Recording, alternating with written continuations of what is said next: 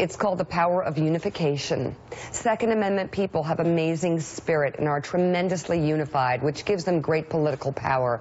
And this year they will be voting in record numbers. And it won't be for Hillary Clinton. It will be for Donald Trump. Trump retweeted support from the NRA. They posted, "Donald Trump is right. If Hillary Clinton gets to pick her anti-Second Amendment Supreme Court judges, there's nothing we can do." But hold on. He said there was something they could do. And that is the entire point. And then he said it would be horrible. The NRA just set them up, Mike Barnicle, because Donald Trump did say there's nothing you can do. And he goes, oh, wait a second. There is something that maybe the Second Amendment people can do after she gets elected.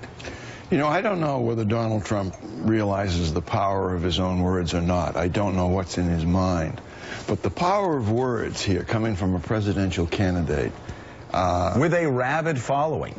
With an intensely rabid following. Yeah, where he can say whatever he wants to say on one day, say something else the next day, something completely different the next day, something completely different the next day, and they follow him no matter where he goes. As he said himself, I could shoot somebody in the middle of Fifth Avenue and I wouldn't lose a vote. Donald Trump testifying himself to the power of his own words. So when those words suggest the possible assassination of his political opponent if she were to be elected, then those words have consequences. And yesterday's performance will have consequences. It already has had consequences. But it gets to something that Jim Rutenberg wrote about on Monday.